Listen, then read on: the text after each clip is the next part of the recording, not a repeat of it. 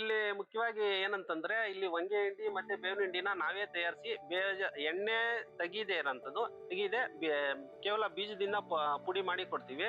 ಪುಡಿ ಮಾಡಿ ಕೊಡೋದ್ರಿಂದ ನೀವೇನು ಕಳಪೆ ಇದು ಬೇವಿನ ಹಿಂಡಿ ಹೊಂಗೆ ಹಿಂಡಿಯಿಂದ ಏನು ಇದಾಗ್ತಿದೋ ಅದೆಲ್ಲ ತೊಂದರೆಗಳನ್ನ ನಿವಾರಣೆ ಆಗುತ್ತೆ. ಅದಾದ್ಮೇಲೆ ಮತ್ತೆ ನಮ್ದು ಕೇವಲ 5 ರಿಂದ 6 ಮೂಟೆ ಅಷ್ಟು ಕೊಟ್ರೆ ಸಾಕು. 1 ಎಕರೆಗೆ ನೀವೇನು 15 ಮೂಟೆ 20 ಮೂಟೆ ಕೊಡೋಂತ ಅವಶ್ಯಕತೆ ಇಲ್ಲ. ಯಾಕಂದ್ರೆ ಇದು ಉತ್ತಮವಾಗಿರೋದ್ರಿಂದ ಎಣ್ಣೆ ತೆಗ್ದಿರಲ್ಲ, ಹಂಗೆ ಬೀಜ ಪೌಡರ್ ಮಾಡಿರೋದ್ರಿಂದ ನಿಮ್ಗೆ ಆಮೇಲೆ ಬೆಳೆನೂ ಅಷ್ಟೇ ಚೆನ್ನಾಗಿ ಬರ್ತಾ ಇದೆ ಕಡಿಮೆ ಪ್ರಮಾಣದಲ್ಲಿ. ಅಂತಂದ್ರೆ ನೀವೇನು ಇಷ್ಟು ದಿವಸ ಏನ್ ಕೊಡ್ತಾ ಇದ್ರಲ್ಲ 15-20 ಮೂಟೆ ಅಷ್ಟು ಅವಶ್ಯಕತೆ ಇಲ್ಲ. ಕೇವಲ ಎಕರೆಗೆ 5 ರಿಂದ 6 ಮೂಟೆ ಕೊಟ್ರೆ ಸಾಕು, ನಮ್ಗೆ ಒಳ್ಳೆ ಕ್ವಾಲಿಟಿ ಇರೋದ್ರಿಂದ.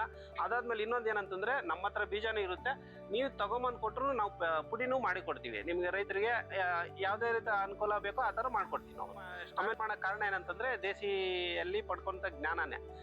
ರೈತರಿಗೆ ಹೋದಾಗ ಏನಾಗ್ತಾ ಇತ್ತು ಅಂದ್ರೆ ಎಲ್ಲಿ ಮೋಸ ಆಗ್ತಾ ಇತ್ತು ಆ ತರ ಆಗ್ಬಾರ್ದು ಅನ್ನೋ ಉದ್ದೇಶಕ್ಕೋಸ್ಕರ ದೇಸಿಗೆ ಸೇರಿದಕ್ಕೋಸ್ಕರ ಆ ಪ್ರೇರಣೆಯಿಂದಾನೇ ನಾನು ಇದನ್ನೆಲ್ಲ ಸ್ಟಾರ್ಟ್ ಮಾಡಿ ಇವಾಗ ರೈತರಿಗೆ ಉತ್ತಮವಾದ ಬೇವಿನ ಹಿಂಡಿ ಮತ್ತೆ ಹೊಂಗೆ ಹಿಂಡಿನ ಕೊಡ್ತಾ ಇದ್ದೀವಿ. ಬಯೋ NPK ಆಗಿರ್ಬೋದು ಅಥವಾ ಬ್ಯಾಮ್ ಆಗಿರ್ಬೋದು, ಟ್ರೈಕೋಡರ್ಮಾ, ಸೂಡೋಮೋನಾಸು, ಇವೆಲ್ಲ ಬ್ಯಾಕ್ಟೀರಿಯಾಗಳು ಏನಿದೆಯಲ್ಲ ಅವೆಲ್ಲಾನು ರೈತರಿಗೆ ಹೆಚ್ಚಿನ ಪ್ರಮಾಣದಲ್ಲಿ ಶಿಫಾರಸ್ ಮಾಡ್ತಾ ಇದೀವಿ. ಅದರಿಂದ ರೈತರು ತುಂಬಾನು ಅನುಕೂಲನೂ ಆಗಿದೆ.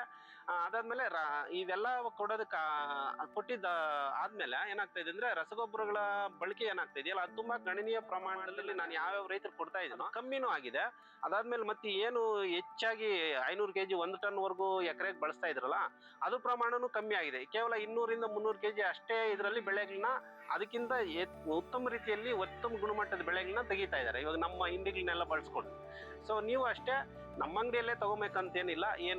ಇವಾಗ GKVKಯಲ್ಲಿ ಸಿಗುತ್ತೆ ನಿಮಗೆ, ಕನ್ಸಾರ್ಷಿಯ ಅಂತ ಸಿಗುತ್ತೆ, ಮತ್ತೆ IHR ಅಲ್ಲೂ ಸಿಗುತ್ತೆ. ನೀವು ಎಲ್ಲೇ ಹೋಗಿ ಇದನ್ನ ಬ್ಯಾಕ್ಟೀರಿಯಾಗಳು ಏನಿದೆ ಇದನ್ನ ಹೆಚ್ಚಿನ ಪ್ರಮಾಣದಲ್ಲಿ ಬಳಕೆ ಮಾಡೋದ್ರಿಂದ ನಿಮ್ಮ ಭೂಮಿ ಫಲವತ್ತತೆನೂ ಜಾಸ್ತಿ ಆಗುತ್ತೆ.